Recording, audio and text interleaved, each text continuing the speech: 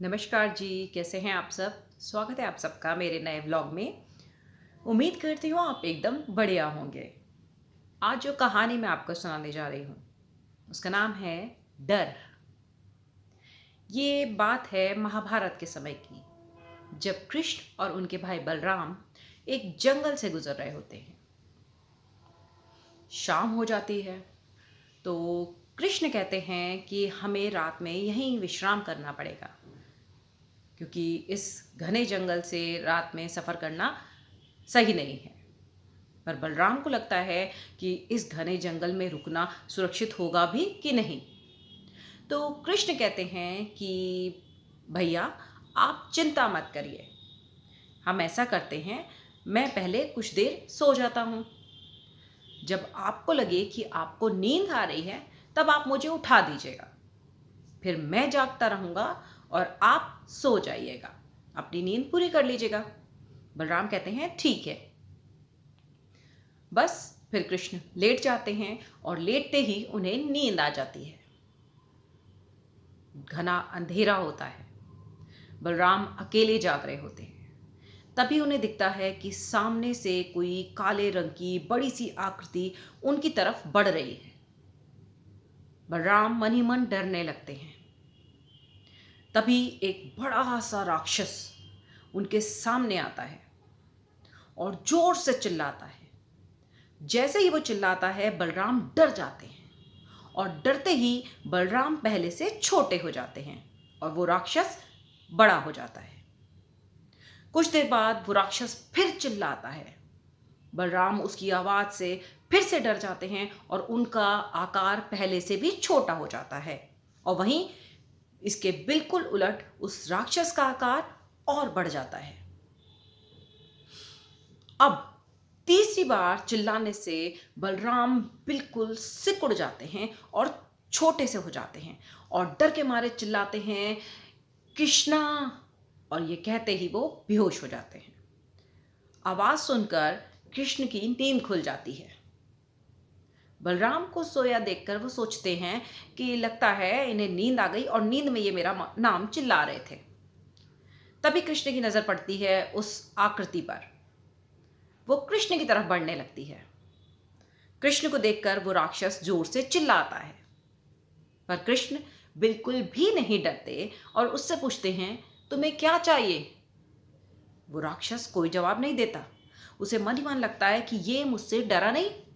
वो दूसरी बार और तेजी से कृष्ण पर चिल्लाता है, पर कृष्ण पर उसके चिल्लाने का कोई असर नहीं होता।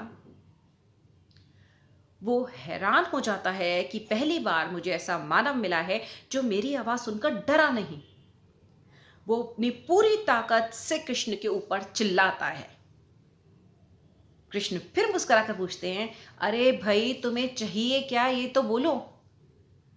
बस कृष्ण का ये निडर रूप देखकर ना, वो राक्षस छोटा छोटा छोटा होता जाता है और सिकुड़कर इतना सा रह जाता है। वहीं उसके सामने कृष्ण बड़े बड़े और बड़े हो जाते हैं। उस सिकड़े हुए राक्षस को कृष्ण पकड़कर अपनी धोती में बांध देते हैं और अपनी कमर में टांग लेते हैं। सुबह बलराम की नींद खुलती है। दोनों चलने लगते हैं। तभी बलराम कहते हैं कि कृष्ण, तुम्हें पता है रात को यहाँ पे कितना बड़ा राक्षस आया था? तो वो कुछ बोलें इससे पहले ही कृष्ण कहते हैं कि रुको रुको रुको, एक मिनट। वो अपनी धोती से उस राक्षस को निकालते हैं और अपनी हथेली पे रख के कहते हैं, यही था वो राक्षस।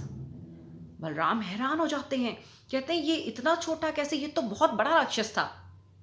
तो कृष्ण मुस्कुराकर कहते हैं कि नहीं भैया, ये राक्षस तो इतना ही था, तुम्हारे डर ने इसको बड़ा बना दिया था।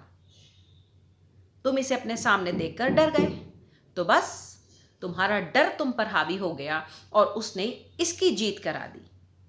तुम डर के कारण इसके सामने छोटे पड़ गए और ये और बड़ा होता गया। वहीं इसने मुझे भी डराने की कोशिश करी, पर मैं इससे डरा नहीं। मैंने इसका सामना किया। मैंने डर को अपने ऊपर हावी ही नहीं होने दिया। और मेरे इस रूप को देखकर ना, मेरे इस निडर रूप को देखकर ये मेरे सामने छोटा पड़ गया और देखो, ये मेरी हथेली पर सिकुड़ा हुआ पड़ा है। इसलिए डर को अपने ऊपर कभी हावी मत होने दो।